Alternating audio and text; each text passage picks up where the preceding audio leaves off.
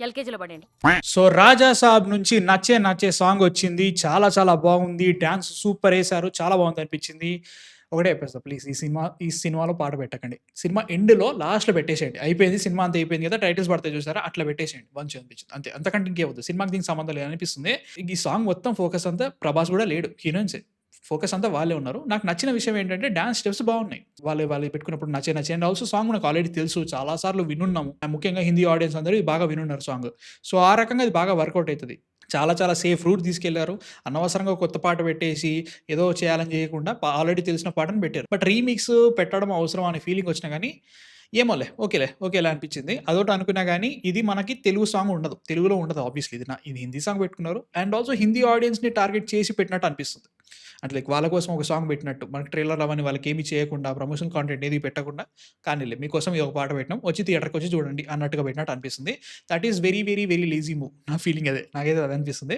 Okay. అంటే like 'Sarath Chandrika' చూసిన తర్వాత ఇది బెటర్ అనిపిస్తుంది భయ్యా. చాలా రకంగా బెటర్ అనిపిస్తుంది. డాన్స్ స్టెప్పులు బాగా అనిపిస్తున్నాయి. అండ్ ఆల్సో ప్రభాస్ గారిని అసలు ఫోకసే చేయలే. ఆయన ఏదో ఉన్నారు జస్ట్ ఏదో చేస్తున్నట్టు అనిపిస్తా ఉంది. లైక్ ఆయనకు పెద్దగా వాట్ యూ సే పనివ్వలేదు. ఫోకస్ అంతా హీరోయిన్స్ మీద పెట్టేసి మీరు డాన్సులు చేసేసేయండి. ప్రభాస్ గారు అక్కడక్కడ 2, 3 స్టెప్పులేసేస్తారు.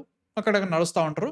అయిపోయింది అన్నట్టే ఉంది. ఏమో ఓకే. ఈళ్ళకి ఎట్లయిపోయిందంటే పరిస్థితి 'రాజా సాబ్‌కి' ప్రతి దానికి కానీలే అన్నట్టు ఇచ్చినట్టు అనిపిస్తుంది concession. But still it should not be like that right? Like బాగుండాలి కదా! ఇంకా బాగా చేయాలన్న ఫీలింగ్ ఉండాలి. అది లేదనిపిస్తుంది. ఓకే. అంటే మరీ లేట్‌గా రిలీజ్ చేయడాలు, మన కోసం రిలీజ్ చేయాలని అనిపించింది. But still okay. Second trailer బాగుంది. అట్లని చెప్పేసి సినిమా మొత్తం సూపర్ ఉంటదని నేను ఎలాంటి ఎక్స్‌పెక్టేషన్స్, ఎక్సైట్‌మెంట్ ఏది పెట్టుకోవట్లేదు.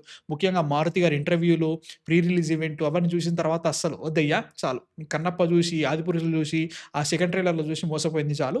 లెట్స్ హోప్ సినిమా చాలా బాగుండాలని కోరుకుంటున్నాను. రూ. 1000 పెడుతున్నారు ప్రీమియర్‌కి. కట్టి పోతా. నాకు ఇబ్బందేం లేదు. ఈ song was good one. Enjoyment అనిపిస్తుంది.